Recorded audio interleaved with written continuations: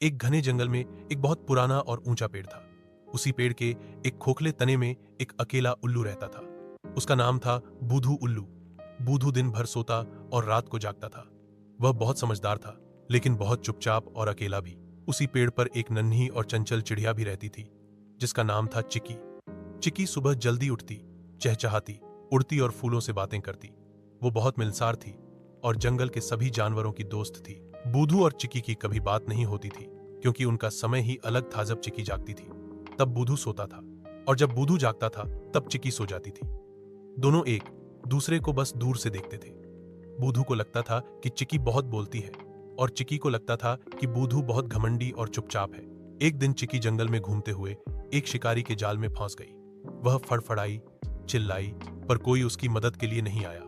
शाम होने लगी और जंगल में अंधेरा फैल गया। सारे पक्षी अपने घोंसलों में लौट आए। उसी समय बूधू की नींद खुली। उसे कहीं से रोने की आवाज आई। वह आवाज चिकी की थी। बूधू तुरंत उड़कर उस दिशा में गया। उसने देखा कि चिकी जाल में फांसी हुई है और बहुत डरी हुई है। बूधू ने बिना देर किए अपनी तेज चोंच से जाल को काटना शुरू किया। थोड़ी ही देर में चिकी आजाद हो गई। वह बहुत खुश हुई और बोली, धन्यवाद बूधू, आज तुमने मेरी जान बचाई।